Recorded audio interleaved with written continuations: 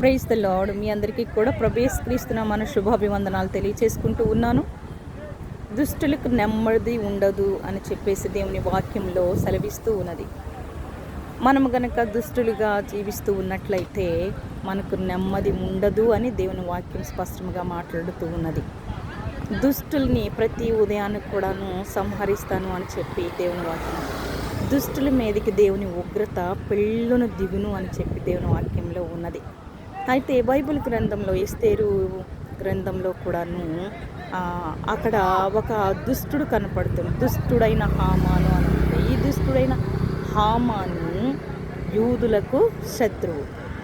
అయితే ఈ యొక్క హామాను మొర్దెకైని, నీతిమంతుడైనటువంటి మొర్దెకైని చంపాలని, హతమార్చాలని ప్లాన్ కొని అతను ఏం చేస్తాడు అంటే 50 మూరల ఉరికంబాన్ని సిద్ధం చేస్తాడు.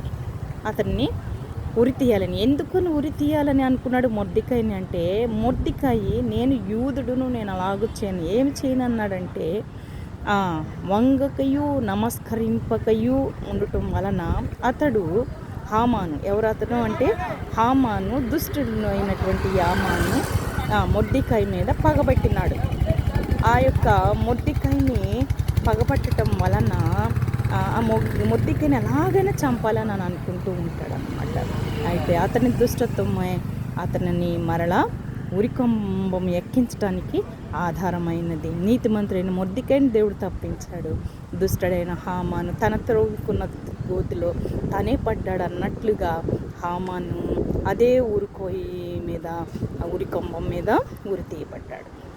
కాబట్టి దీనిని బట్టి మనం ఏం నేర్చుకోవాలి అంటే, నీతిమంతులుగా బ్రతికితే మనము శ్రమల నుండి తప్పించబడతాము, దుష్టులముగా ఉంటే హతమార్చబడతాము.